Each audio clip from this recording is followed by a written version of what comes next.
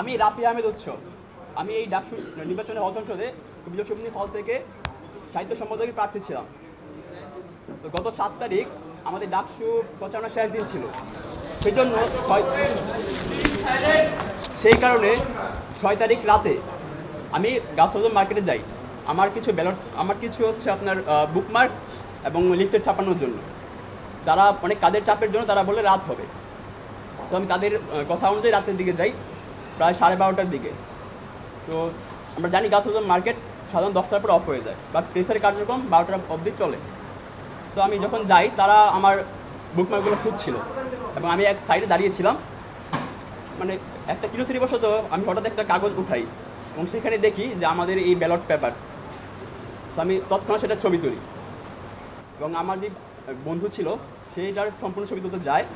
এবং সেই মুহূর্তে যে প্রেসের লোকে যারা ছিল, তার শ্রমিকরা, তারা সেখানে বাধা দেয়।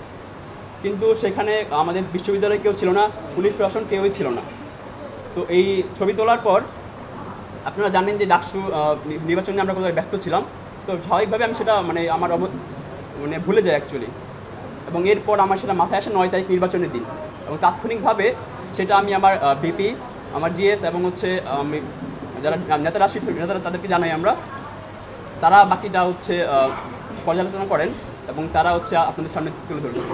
তো সে যখন দিয়েছে নির্বাচনের দিন, যখন আমি সেটা পেয়েছি, তো আমিও আমাদের যারা সিনিয়র আছে, যারা অনেকের সাথে আমি কথা বলেছি এটা নিয়ে, কিন্তু নির্বাচনী ব্যস্ততার কারণে এই জিনিসটাকে অতটা সিরিয়াসলি নেওয়ার চেষ্টা করিনি।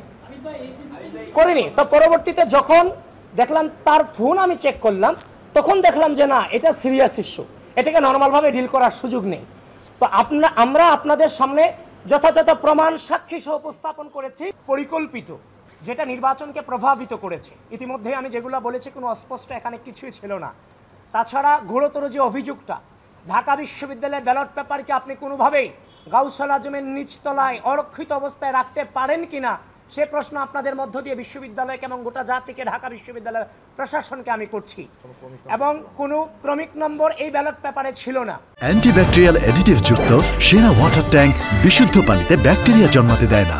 এবং এই যিনি আছে যে এই ব্যালট পেপার ওইখানে অরক্ষিত অবস্থায় থেকেছে, সেখানে সিসি ফুটেজ আছে, সেগুলোকেও আপনারা কালেক্ট করেন।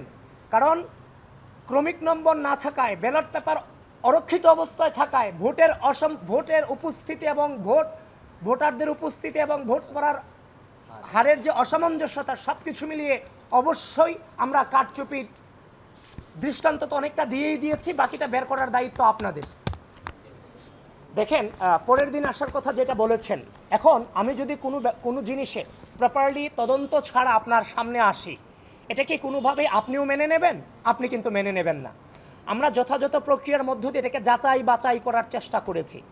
আমরা যেই ফোন দিয়ে ছবি তুলেছে, সেই ফোনের যিনি তুলেছেন তার কাছে আমরা গিয়েছি। সেখানে গিয়ে সেখানকার ডেট, ফরেন্সিক যে তথ্যাদি, আমরা সবগুলোকে যাচাই বাছাই করে আমরা নিশ্চিত হয়েছি এই ছবি এবং ওখানে ব্যালট পেপার থাকা নিয়ে কোনো সন্দেহ আর নাই আমাদের মাঝে। এবং আমি তো আপনাকে শুরুতে বলেছি, যদি নির্বাচনের পর দিন আমরা আন্দোলন সংগ্রাম অবরোধে নামতাম, তাহলে আগের যে রাজনৈতিক কালচার, সেখানে আমরা ফিরে যেতাম। আমরা কিন্তু সেই জায়গাটাতে স্যাক্রিফাইস করেছি, নতুন রাজনৈতিক সংস্কৃতি প্রচলনে আমরা ভূমিকা রেখেছি।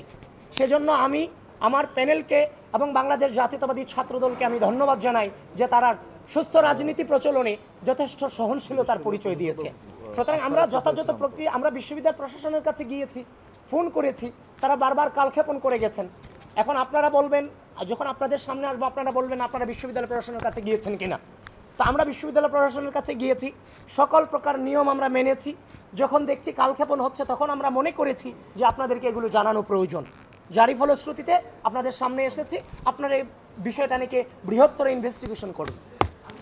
আমরা প্রার্থী হিসেবে যে অসঙ্গতিগুলো পেয়েছিলাম, প্রার্থী হিসেবে যেমন আমার দায়িত্ব, ঢাকা বিশ্ববিদ্যালয়ের ভোটার হিসেবে ঢাকা বিশ্ববিদ্যালয়ের শিক্ষার্থীদের একজন ভোটার হিসেবে তারও দায়িত্ব আছে। সুতরাং আমরা প্রার্থীরাই শুধু অভিযোগ করে যাব, ব্যাপারটা চাইনি। আমরা চাচ্ছিলাম আমাদের যে অভিযোগগুলো, অবশ্যই সেগুলো ঘটেছে, যেহেতু সাধারণ শিক্ষার্থীরা, ভোটাররা সেগুলো নিয়ে আওয়াজ তুলবেন। ইতিমধ্যেই বিভিন্ন প্যানেলের প্রার্থীরা এবং ভোটাররা কিন্তু আওয়াজ তুলেছেন।